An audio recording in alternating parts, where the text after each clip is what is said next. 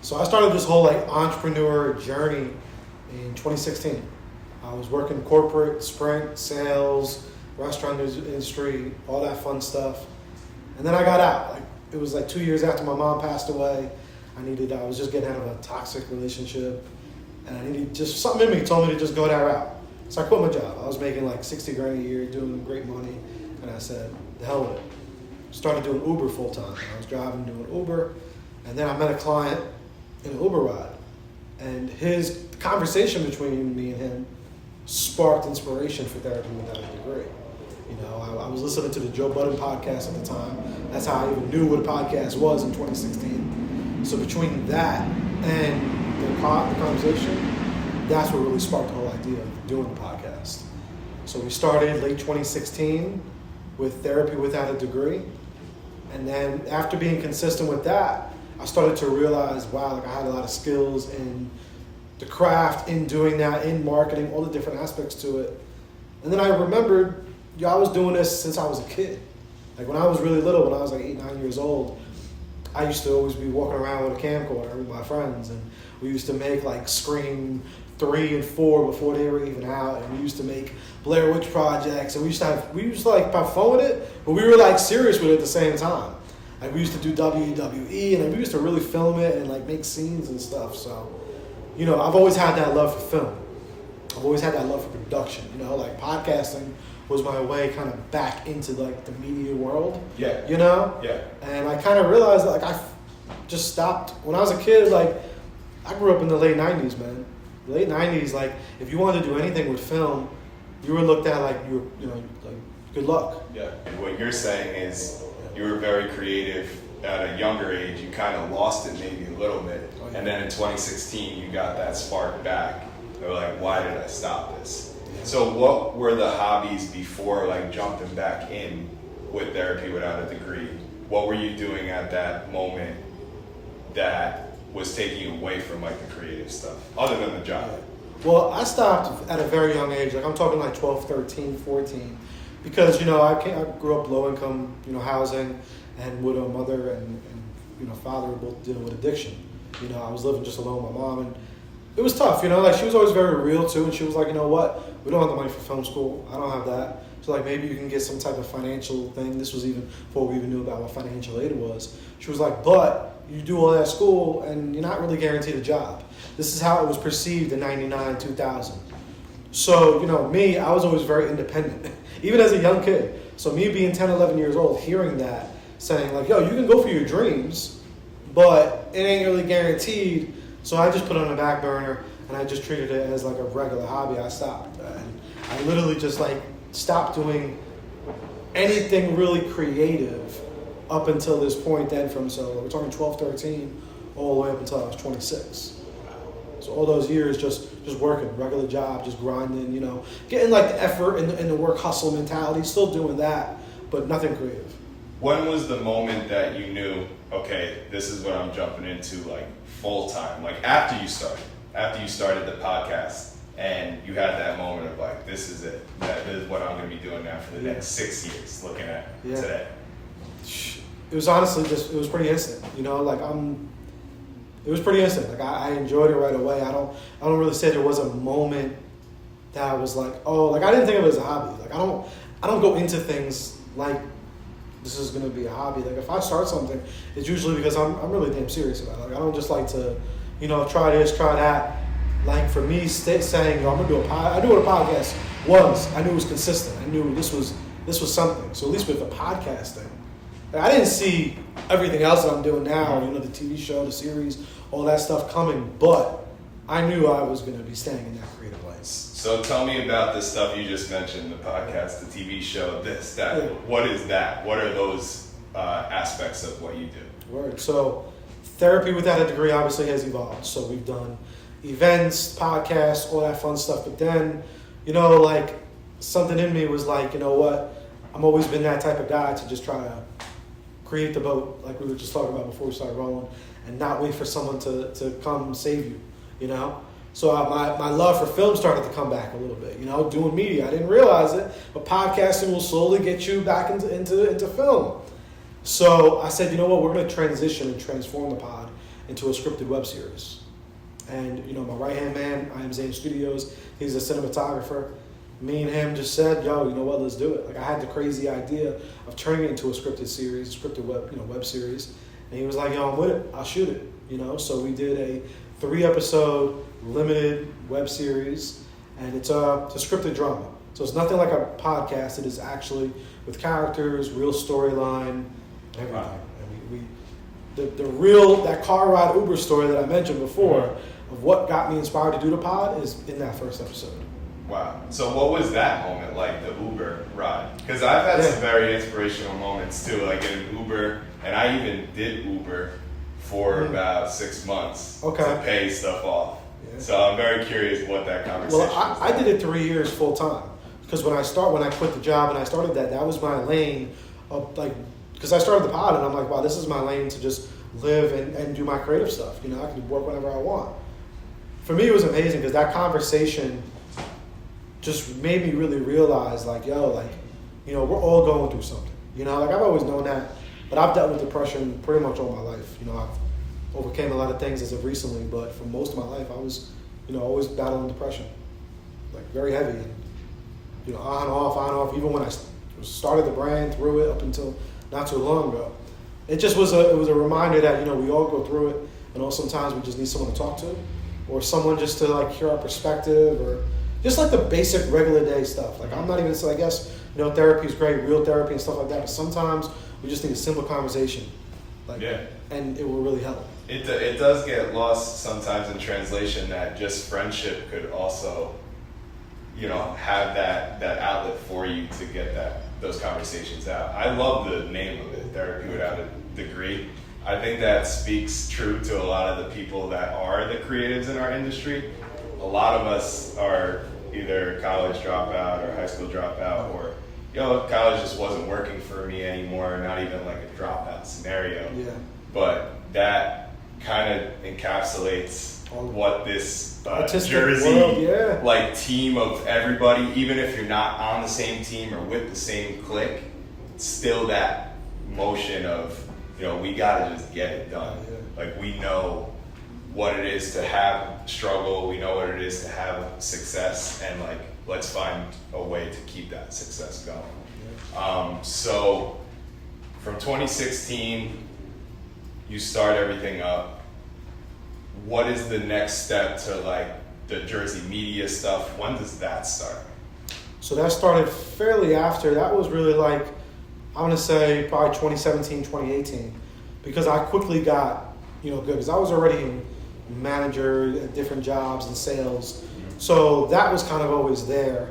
And then, like I said, doing a podcast, all your creativity comes out if you're doing a lot of it yourself. You got to do the graphic art, you got to do editing, you have to do filming, you have to do so many different pieces. So for that, I just started doing for other people, started doing for friends, and it kind of just literally all came together as that. I'm always one to, if I'm good at something or I know something, I want to share it. I want to help people out. So I would help my people, put them on, and then it just slowly started evolving to where, I don't know, I could work with any business and I can enhance them, just confidently. I could, on a creative aspect or some type of business aspect. So I was like, no, you know what, it's time to do that. I enjoy doing it. Yeah, it's like a consultant in a way. Pretty much. Really, you're being a business consultant, a creative consultant. Yeah. That's really dope. What did you expect yourself to become from 2016 to now? Are you at the spot that you want to be at? Are you ahead of what you thought you would be at, or are you behind? What do you think? I would say I'm definitely ahead, because I couldn't imagine, I'm not where I want to be, but I'm ahead more than what I thought. I'm nowhere near where I want to be, because this is a mission. It's a marathon, not a race or anything like that. But I will say I couldn't imagine, working with some of the people I work with. Some of the people that I work with now was literally dreams, and it's wild to even think about it. Mm-hmm. And also even the things that we've created like that, the series alone, to look back at that and to see we did it, to me is still wild in this short period of time to know we did that. So still got a long way to go, but I'm impressed by the work we've done. At what point do you consider yourself to be a success? don't know, man, because I feel like at every level of your life, you know, you always have new goals. You know, you always want to keep.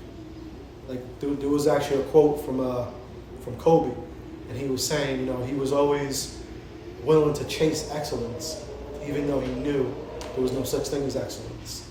And he was like that most of the time he would beat all of his components and his competitors, everybody, he would beat them because they would be never willing to chase something that had no guarantees attached to it.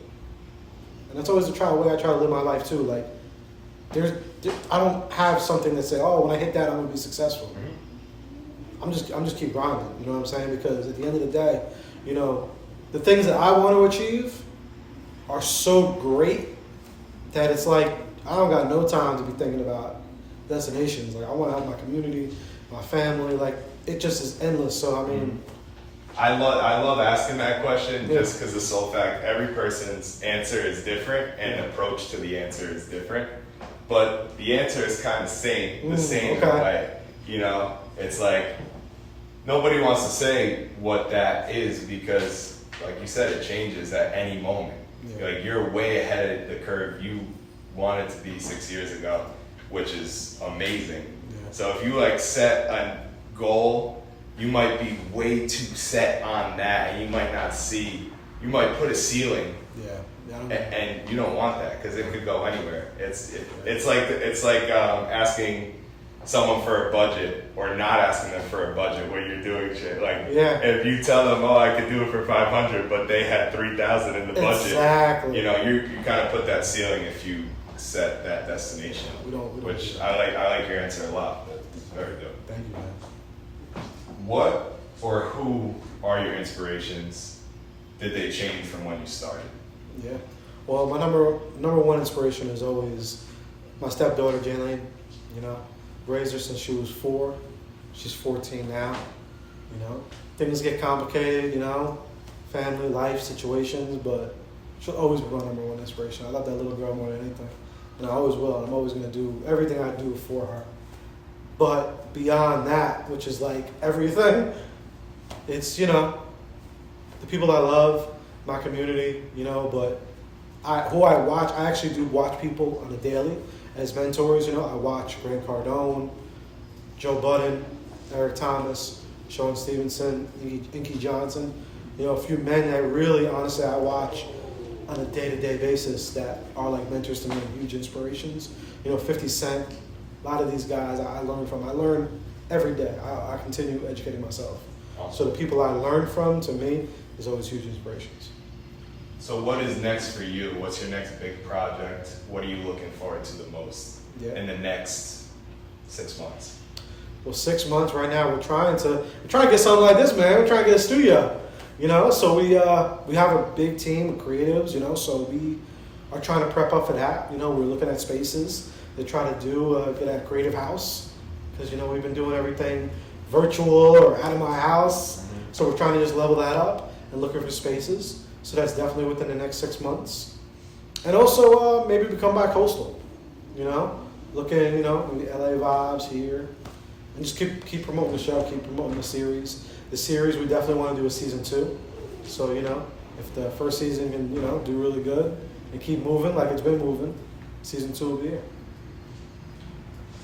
Now, this kind of is the same question of like inspiration in a way, but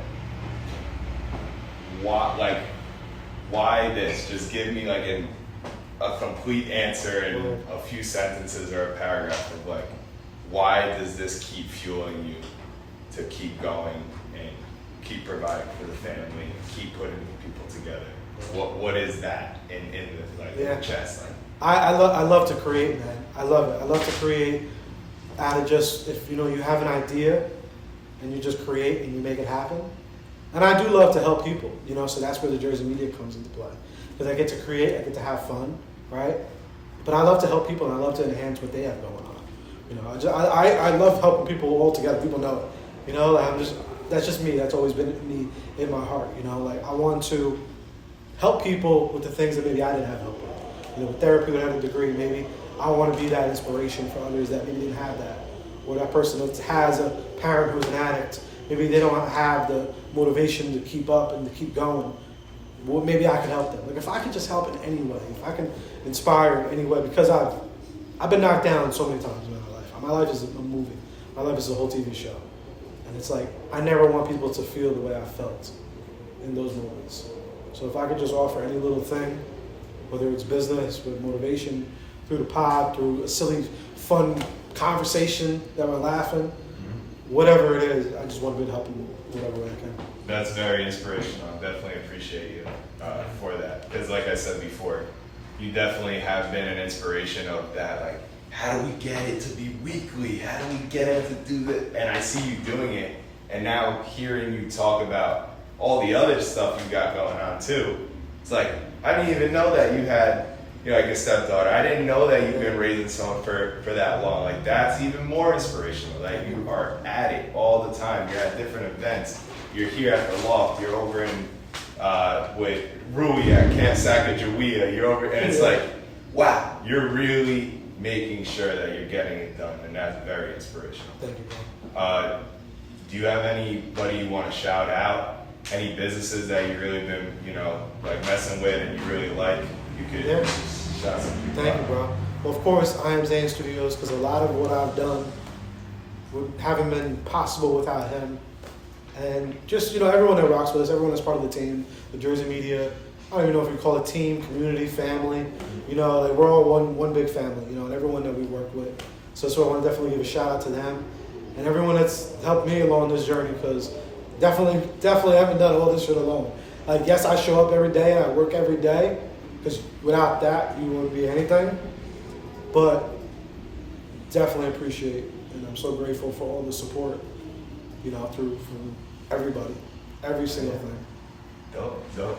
I appreciate you coming on. Hey, bro. In front of the camera Appreciate here. you having me. We gotta, no doubt. Of course. This is You your already boy, know. Joe Fucarino, right? Yeah, Is that how you say it? Yeah, Fucarino. Let's Joe go. Fucarino. This Yeah. guy's gonna be doing big things. Just be on the lookout for him.